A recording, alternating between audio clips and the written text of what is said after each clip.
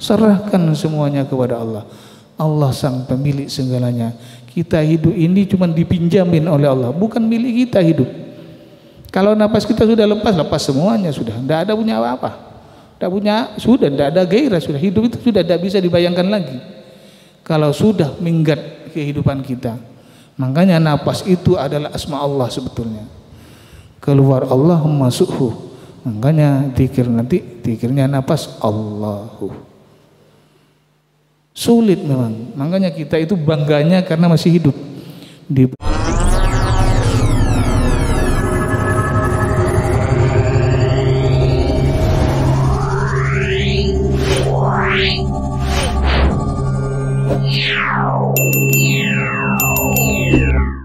Bismillahirrahmanirrahim. Assalamualaikum warahmatullahi wabarakatuh.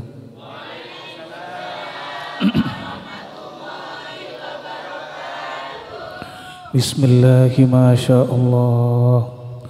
Bismillahi alhamdulillah. Bismillahi la hawla wa la quwata illa billah. Ba'du. Hadirin jamaah yang dirahmati Allah, alhamdulillah, dengan ridhonya Allah kita berkumpul malam hari ini dalam melaksanakan zikir dan sholawat kepada Allah dan kepada Rasulullah sallallahu alaihi wasallam. Alhamdulillah, Allah memberikan nikmat iman, nikmat sehat, hingga kita berkumpul tiap bulan di saat malam Jumat Legi. Hadirin yang jemaah rahmatullah, salawat dan salam kita curahkan kepada Nabi besar Muhammad sallallahu alaihi wasallam, hingga dengan syafaatnya, dengan ridhanya kita bisa seperti ini. Kita semoga bisa membawa dan meneruskan cita-citanya menjadi orang yang iman, Islam, yang takwa dan bertawakal kepada Allah. Amin. Hadirin jemaah yang dirahmati Allah, kita berzikir hanya tiada lain hanya untuk mendekatkan diri kita kepada Allah Subhanahu wa taala. Dan kita bersalawat tiada lain hanya ingin mendekatkan diri kepada Rasulullah sallallahu alaihi wasallam. Amin. Hadirin jemaah yang dirahmati Allah, karena untuk mencapai tingkat takwa, kita harus tidak lepas dari iman. Karena iman itu adalah ada 4 persyaratannya. 1, harus takwa, tawakal, sering berbuat baik, dan selalu berinfak kepada Allah. Syaratnya iman harus seperti itu. Untuk mendapatkan sesuatu yang kita inginkan, kita harus yakin dengan landasan tidak meninggalkan ketakwaan dan ketawakalan kepada Allah Subhanahu wa ta'ala. Karena tidak lepas dari perbuatan baik. Orang takwa itu bukan cuma sekedar mengerjakan kebaikan dan meninggalkan keburukan, bukan sekedar itu secara syar'iyah. Tapi secara hakiki orang takwa itu adalah meninggalkan sesuatu yang ada di dalam pikiran yang selalu bergejolak tiap detik dan tiap jam. Itu ditanggalkan di saat kita sedang berhubungan dengan Allah. Contohnya waktu sholat, pikiran itu tidak dibiarkan berjalan kemana-mana. Tapi kita tidak akan mampu sebagai manusia untuk menjalankan dan mengikat pikiran yang akan selalu berjalan, kecuali dilandasi dan disertai dengan tawakal kepada Allah. Makanya seperti yang kita bahas di malam di 10 akhir di bulan Ramadan itu, tawakal di sini. Kata Rasulullah di sini, kalau di sini berarti untuk mencapai tingkat tawakal harus lewat pintu apa? Inna fatahna laka fatham mubina. Allah membuka pintu hatinya, pintu seluas-luasnya untuk menemui Allah yang sedang bersemayam di dalam jiwa kita. Kenapa saya bilang bersemayam di jiwa? Karena Allah sendiri berfirman dalam hadis qudsi, qalbul mu'min baitullah. Kata Rasulullah juga, matawakkal ya Rasul hahuna, dalam jiwa. Bukan lalu Allah ada di dalam jiwa bersemayam, bersemayamnya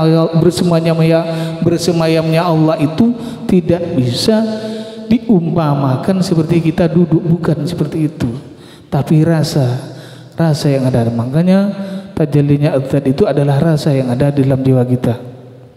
Tanpa itu kita sulit untuk beriman, karena iman itu bukan diukur orang yang sering ke masjid, bukan diukur karena sering sholat sunnah, sering sholat tahajud, bukan seperti itu, tapi orang yang selalu nyambung kepada Allah, baik zahir ataupun batin. Memang sulit, makanya sampean harus belajar. Makanya jangan menilai seseorang dari fisik, itu bagian aja, karena orang itu tidak akan tahu pada hatinya seseorang kecuali orang yang punya hati sendiri. Makanya kalau hati itu tidak bisa ditebak-tebak, karena itu adalah rahasia sang pemilik dan yang menciptakan, rahasia Allah dan diri kita sendiri. Makanya pengajian malam ini, pengajian Jumat ini, pengajian saya itu intinya adalah zikril khauf, zikir yang tidak diungkapkan dengan lisan, cuman disuarakan dengan hati. Kita harus menyuarakan dengan hati, walaupun masih belum hati, semoga sampai pada hati. Kan di hati itulah Allah yang bersemayam. Untuk apa kita selalu berzikir?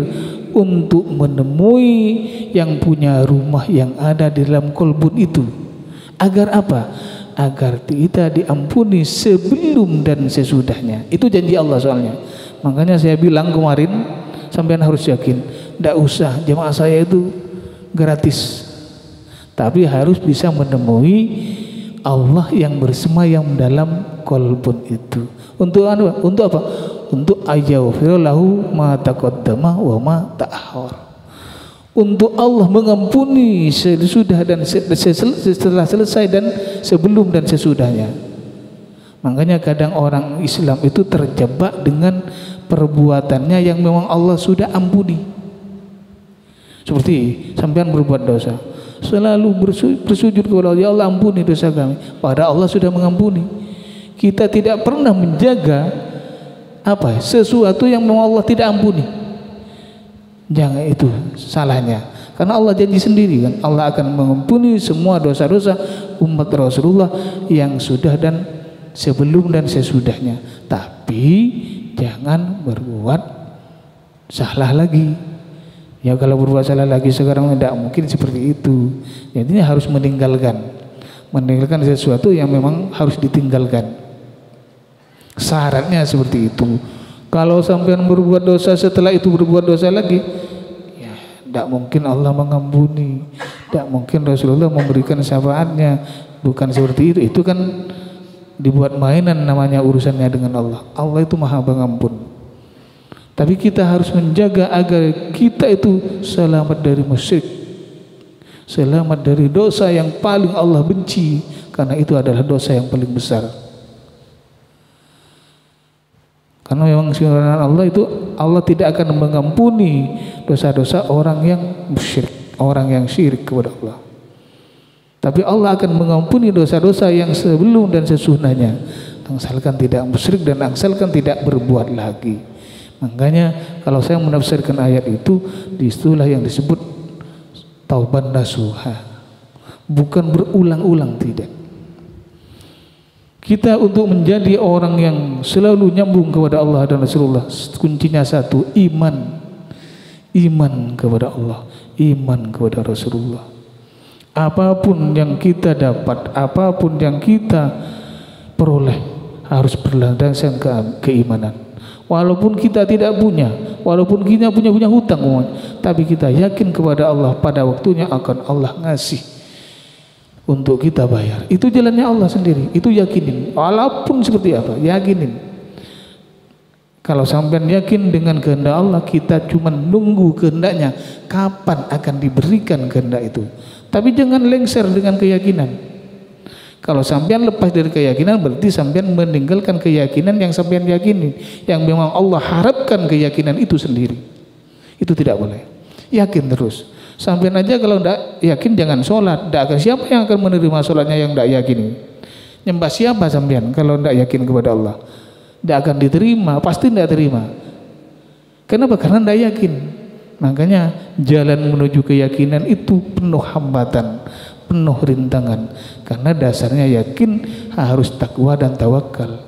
Kalau sempurnanya keyakinan kita, maka dalam kitab saya yang jilid 2 itu sudah kamalul yakin, sempurna keyakinannya karena ditunjang dan didorong oleh takwa dan tawakal itu sendiri.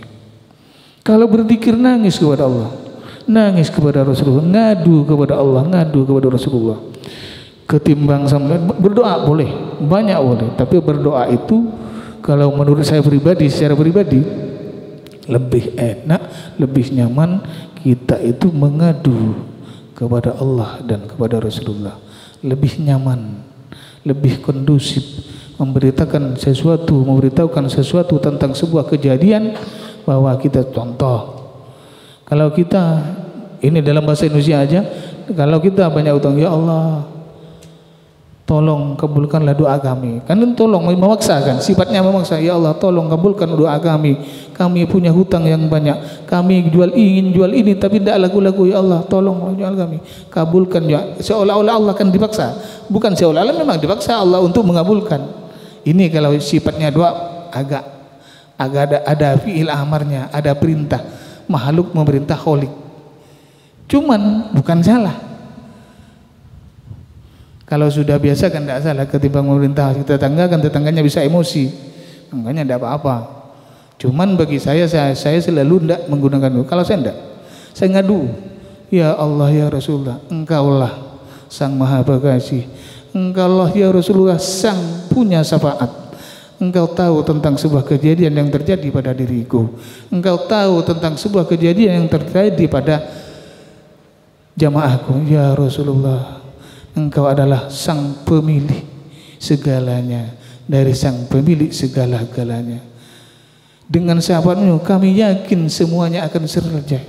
Dengan syafaat-Mu kami yakin semuanya akan berubah menjadi ketenangan. Enak kan? Ngomong enak, curhat kepada Rasulullah. Tapi bayangkan bahwa Rasulullah ada di depan kita. Ya kalau sampai curhat Rasulullah ada di Mekah, ya tidak bisa, gimana mau curhat? Tidak nyambung itu nanti. Sama doa kepada Allah, kita rasakan bahwa Allah sedang mendengarkan doa kita. Tidak usah kasar. Makanya enak itu curhat. Lebih enak curhat, mengeluhkan. Kalau doa umpamanya, ya Allah jadikanlah semua jemaah kami selamat dari miskinan. Ya Allah jadikan mereka orang yang lepas dari semua rintangan.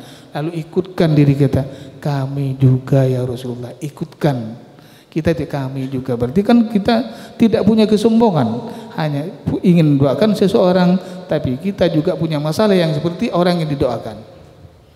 Itu diyakinin dan itu imanin kepada Allah Rasulullah, pasti semuanya terkabul. Kenapa sampean sulit terkabul? Karena sampean selalu berubah, keyakinannya ditinggalkan demi meraih sesuatu yang belum juga akan tercapai.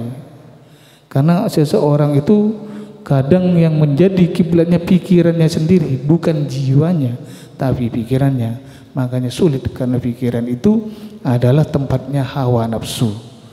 Kalau semua hawa nafsu bersarang di dalam pikiran, kita itu sulit untuk menjadi yang terbaik.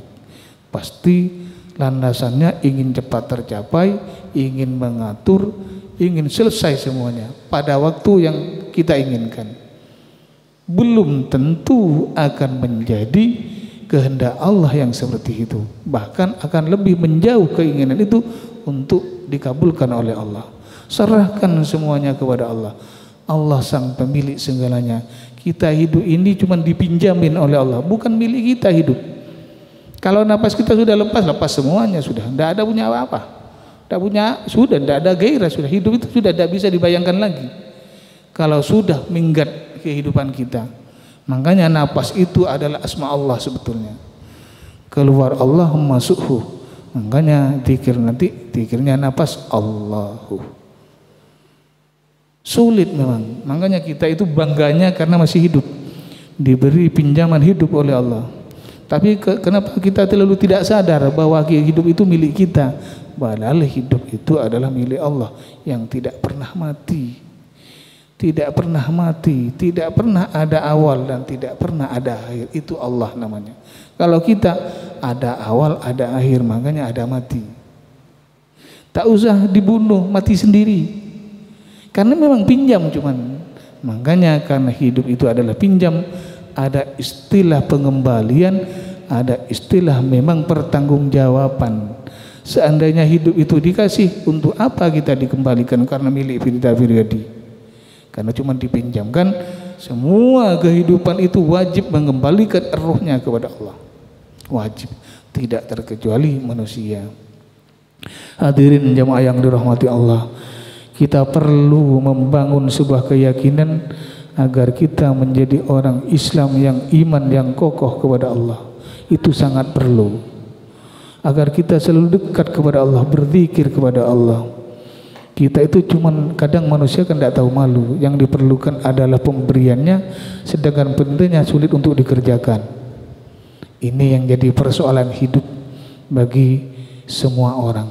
Makanya hadirin jamaah yang dirahmati Allah, semoga kalian semua adalah orang yang terpilih dan orang yang dipilih oleh Allah dan Rasulullah, sehingga menjadi orang yang bertakwa, beriman kepada Allah dan kepada Rasulullah sallallahu alaihi wasallam.